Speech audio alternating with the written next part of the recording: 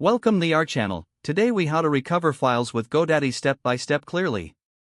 To begin recovering files with GoDaddy, log in to your GoDaddy account. Navigate to your account dashboard. Locate the My Products section from the dashboard. Find your hosting plan under the Web Hosting section. Click on the Manage button next to your hosting plan. In the Hosting Account Settings, scroll down to find the Settings option. Click on Settings and select File Management from the drop-down menu. This will open the File Manager interface. In the File Manager, navigate to the directory where your file was stored. Look for the Restore option typically found in the toolbar. Click on Restore to view recent backup options. Choose the date of the backup you wish to restore from. Select the specific files or folders you want to recover. After making your selection, click on the Restore button. A confirmation prompt may appear. Confirm your choice to proceed. Wait for the restoration process to complete.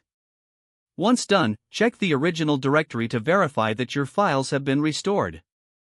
If you encounter issues, revisit the File Manager and ensure you selected the correct backup date and files. For further assistance, consider contacting GoDaddy's customer support.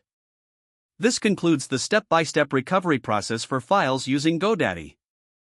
If the page does not load, refresh the browser or try again in a private or incognito window. Make sure you are using the correct email address, then retype it carefully to avoid small typos. If your password is not accepted, use the Reset option and create a new strong password you can remember. Check your spam folder for verification or security emails, then complete any requested content. Enable two-factor authentication if available to improve account security and reduce unauthorized access risk.